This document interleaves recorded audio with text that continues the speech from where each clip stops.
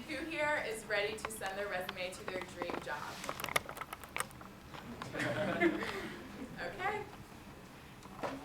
Okay, first we're going to show you a little video.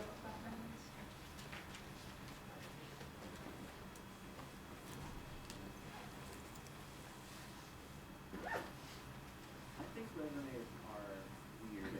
Just the process of going to a job interview and having a stranger, who you're obligated to kiss up to, judges your competence level based on the merits that you've managed to fit on a piece of paper, which should be thorough enough to make it clear what you've accomplished in life so far, but not too extensive that it makes you look desperate for credentials. And I sometimes feel bad for employers that have to go through that, because in all honesty, it's tough to judge a person just from reading one page about them. You never know what to expect from people. It's like when you really want to watch a movie and you read its description, but you're still not sure if it's what you're looking for, but you go in and watch it anyway and accept any consequences of disappointment. Resumes aren't for me, but on the other hand, I don't want to read a whole memoir about them before welcoming them into my business. It's no surprise why it's not what you know, but who you know. Because if you have friends that can hook you up with a job, sweet, you're in. Why risk hiring a complete stranger when I can hire someone who isn't a potential psychopath?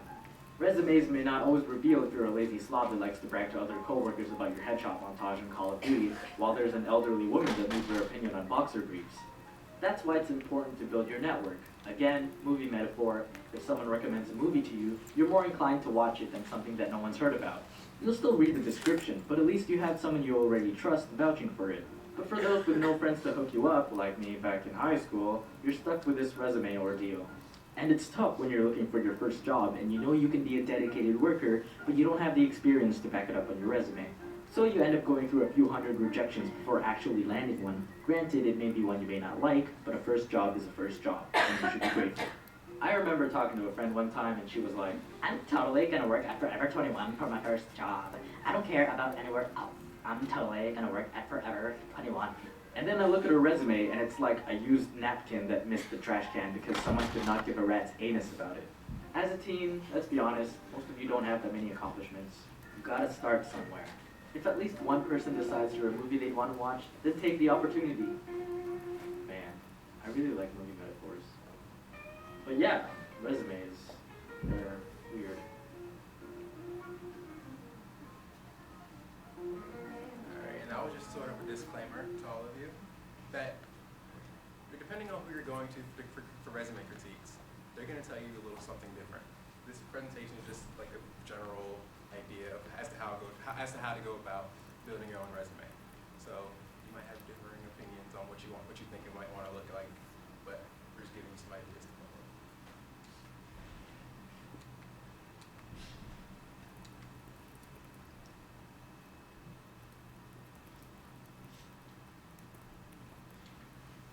Okay, some of the learning outcomes we want you to take from today are understanding the core 4 skills required by employers, how to engage your reader while reading your resume, and how to utilize powerful action verbs. So it's important to think about who your audience is before you even type a word on your paper. Because, I went to the engineering career fair last week for the first time, and I ran around and asked employers, like, what do they look for in a resume and in a hire. And they told me, like, the job description, if you use the keywords out of there, that's really important. So you want to, like, cater your resume to who you're trying to employ, who you're trying to get hired by.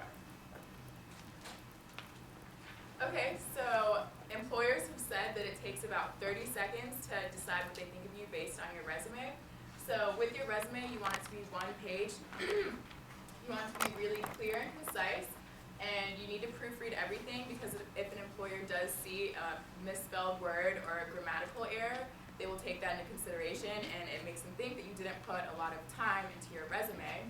And make sure that if you have strengths and skills that are super important, that you capitalize upon those. And also use professional language. So it's like you're talking to someone who is above you because it's probably like your boss. So you wouldn't use like slang in there or anything like that. Yeah, and these are the core 4 competencies that you need to include in your resume, but do not specifically say. Like show them with what experience you have had. You need to show that you're professional and have good work ethic, that you have critical thinking and problem solving skills, that you work well on a team, and that you have oral and written communication. But these are words that you might not want to put on your resume. Just show. Along these lines, it goes with that you're actions speak louder than words, so you want to convey things that you have done rather than tell them. So that's really important with action verbs as well. And we're going to touch on those a little bit more later on in the presentation. So. Alright, so getting started, y'all really want to format your resume to PDF if you're going to upload it onto a mobile site. Just because when you do it in like a doc or whatever, you run the risk of it kind of messing up when the employer tries to open it if they don't have the right software. So PDF keeps everything in order because when you're doing your format, you're going to be playing around with margins and spacing and stuff. So if it looks a little off, then that might turn the employer off as well.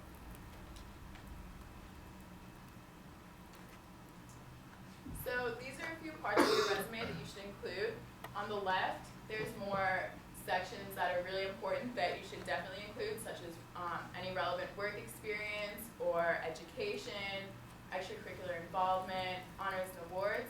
And then on the right, if there are other sections that you feel are necessary, such as like projects, or if, for example, you don't have a lot of work experience, but you have experience from your classes that is important in transferable skills, then you can also include that in your resume as well. And something else that's really important is research, and especially if you are applying to a scientific sort of job and you've done research at your college, then that's also something that's really important to include on your resume as well.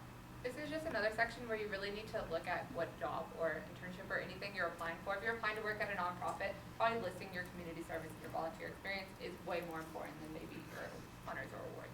Just like know who you're writing towards. And then when you begin, start with your header. Put your name, your address, your phone number, your email, and your LinkedIn. But do not write the word phone or address or email anywhere on it. Just like put it there. And make sure you have a professional email, so use your student email. Don't use like the Gmail account you created in like middle school. And this example has a temporary and a permanent address. So if you're living on campus or in a dorm, that would be your temporary address, whereas your actual house would be your permanent address. So your objective statement, there's kind of like a toss-up as to which one we really want to use. An objective statement is much more concise than, say, professional summary, which is the next slide. I'll talk about that a little bit more. But an objective statement is something you would probably use now as an undergrad, as you're trying to apply to companies that will give you the experience that you're looking for. So objective statements are more so what I can get from you, if that makes sense. Does that make sense? Okay. Whereas a professional summary is what I can do for your company. So those will pretty much be for people who have been in the industry for a good amount of time, and they can kind of elaborate on that. Professional summaries are kind of like an introduction to your resume. So your resume might outline different work experiences that you've had. Your professional summary will kind of say what you got from those experiences. So like in this one, it talks about getting a positive attitude and takes initiative on projects, with their animal work and all that. So she would probably have different nonprofits and different veterinary schools that she applied to throughout her resume.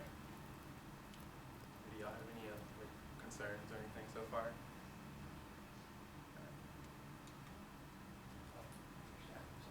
Is it bad to combine those two, like professional summary and objective? Good question. See, for me, mine is a little bit combined. It's more towards an objective. It's more sort of like an objective than a professional summary.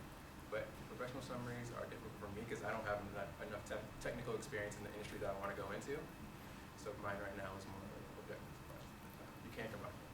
The good thing about an objective statement is it lets the employer know what position you're applying to and what you want out of what you're applying to. So it just kind of like starts the resume off with like helping them out.